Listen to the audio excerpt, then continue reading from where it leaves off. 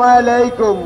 Dengue প্রতিরোধে বিএনপির chairperson দেশনায়ক Tarique রহমানের আহ্বানে ডেঙ্গু চিকিৎসা এবং প্রতিরোধ সচেতন হন। ডেঙ্গু হলে করণীয়, ডেঙ্গু হলে পূর্ণবয়স্ক মানুষ কমপক্ষে 3 লিটার পানি পান করতে হবে, যার মধ্যে 1 লিটার ওর স্যালাইন থাকবে। রোগীর অবস্থা খারাপ হলে দ্রুত ডাক্তারের পরামর্শ নিতে হবে। এ সময় কোন রকমের ব্যথার ওষুধ খাওয়ানো যাবে না, সম্পূর্ণ নিষেধ। ডেঙ্গু প্রতিরোধে করণীয়, বাসা বাড়ির পাশে স্বচ্ছ পানি, জলবদ্ধতা পরিষ্কার ও পরিচ্ছন্ন রাখতে হবে। প্রয়োজনে দিনের বেলায় মশারি টানিয়ে কার্যকরী স্প্রে ব্যবহার করে মশার কামড় থেকে সুরক্ষিত থাকতে হবে।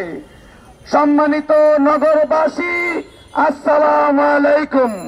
ডেঙ্গু প্রতিরোধে বিএনপির চেয়ারপারসন দেশনায়ক তারেক রহমানের নির্দেশে ডেঙ্গু চিকিৎসা এবং প্রতিরোধ সচেতন হন।